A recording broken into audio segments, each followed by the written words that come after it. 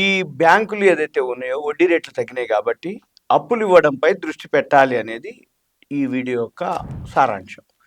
ఈ వడ్డీ రేట్లు ఎప్పుడైతే తగ్గిందో రిజర్వ్ బ్యాంకు 0.5% తగ్గించడం ద్వారా ఈ ఉత్పాదక రంగాలకి మరిన్ని రుణాలు ఇవ్వడంపై దృష్టి పెట్టాలి అని మన ప్రభుత్వ రంగ గవర్నమెంట్ పబ్లిక్ సెక్టార్ బ్యాంకులకి కేంద్ర ఆర్థిక శాఖ మంత్రి నిర్మలా సీతారామన్ గారు సూచించడం జరిగింది.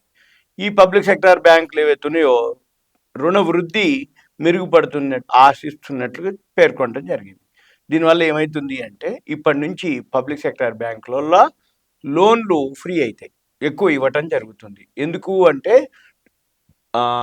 ఆర్థిక శాఖ మంత్రి ఈ రుణాలని ఇచ్చి దేశాన్ని అంటే వడ్డీలు లోన్లు ఇవ్వటం వల్ల ఇండస్ట్రీస్ డెవలప్ అవుతాయి.